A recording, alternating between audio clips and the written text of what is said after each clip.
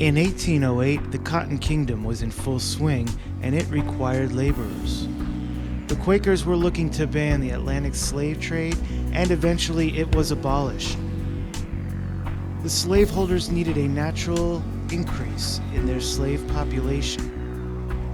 In 1808, the U.S. ended its participation in the international slave trade. The only way to increase the number of slaves in the U.S. was through the female slave giving birth to future slaves. The female slave had become a product themselves, much like cotton. They were a commodity used to make white men wealthy. And a sanitized version of this still exists today. In this case, it was the slave woman's fertility used as the commodity. The slaveholders used passages from the Bible to condone their heinous acts. Congress at the time wanted to keep the value of the slaves up by removing themselves from the international slave trade, decreasing the external supply for top-valued, homebrewed slaves. This is the same idea as the coined phrase "made in America" in today's standards, but without the labor costs.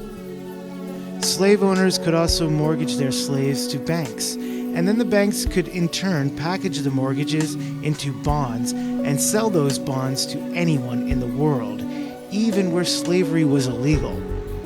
It's basically slave-backed securities. Current politicians like Nancy Pelosi are not the only government servants to ever illegally take part in insider trading, allegedly. President James Polk invested in slave bonds based on insider information he obtained from being president and shaping policy towards slaves and slave importation. The state of Virginia, home to the United States' third president, was a lead producer of slaves. Breeding and producing slaves exceeded tobacco in exports. Female slaves in the state of Virginia exceeded males by over 300,000. They were all used to breed the future slave population of America. Many slave farm breeders would participate in relations with their breeding products, obviously against any consent due to their master-slave relationship. In turn, offspring was common, even with heads of state in the new American nation.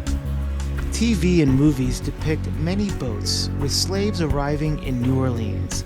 What they leave out is these boats are coming from Virginia. Many escaped slaves wrote about their experience in books like Slave Narratives and The American Slave Coast. Thomas Jefferson bragged to George Washington that the birth of slave children was increasing Virginia's capital stock by 4% annually. Breeders could rely on future demand to increase prices. This is why Thomas Jefferson supported the abolishment of the Atlantic slave trade.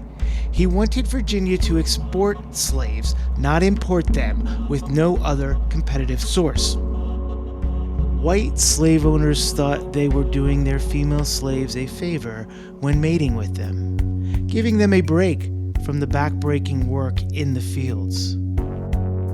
U.S. history does not acknowledge breeding farms much, and mostly that is because of its complacency in the act for so many years until the Civil War.